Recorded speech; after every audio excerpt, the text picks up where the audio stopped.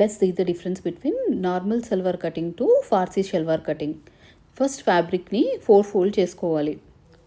తర్వాత నార్మల్ షల్వార్ కటింగ్లో ఇలా మనం స్ట్రైట్గా ఫ్యాబ్రిక్ ఉంచి దాన్ని మార్క్ చేసుకుంటాం. This is the normal salwar cutting. కానీ ఫార్సీ షల్వార్లో మనం సైడ్కి ప్లీట్ ఇస్తాం.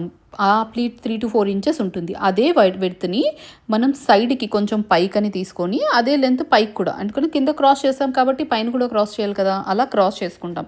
ఆ ఎక్స్ట్రా లైన్ వచ్చేసి అది బ్యాక్ క్రాచ్ రేస్, అంటే క్రాచ్ లెంత్ ముందుది వెనక దాంట్లో డిఫరెన్స్ ఉంటుందన్నమాట. ప్రతి ఏ ప్యాంట్స్లో అయినా వెనక క్రాచ్ లెంత్లో ఒక 2-3 ఇంచెస్ మనం రేస్ చేసి తీసుకుంటాం ముందు వాటికన్నా. అంతే. ఫస్ట్ కింద లైన్ 2 పీసెస్లో ఫ్రంట్ సైడ్ది కట్ చేసి బ్యాక్ 2 పీసెస్ పైకి రేస్ చేసింది కట్ చేసుకోవాలి. అంతే. ఆ తర్వాత ఇలా సైడ్కి ప్లీట్ పెట్టుకుంటే స్టిచ్ చేసేటప్పుడు అది ఎలా వస్తుందో నేను చూపిస్తాను. అంతే, పార్సీ సల్వార్ రెడీ. ఈ సైడ్కి వచ్చే ప్లీటే పార్సీ సల్వార్ని నార్మల్ సల్వార్ నుంచి డిఫరెన్షియేట్ చేస్తుంది. తర్వాత ఇది బెల్ట్.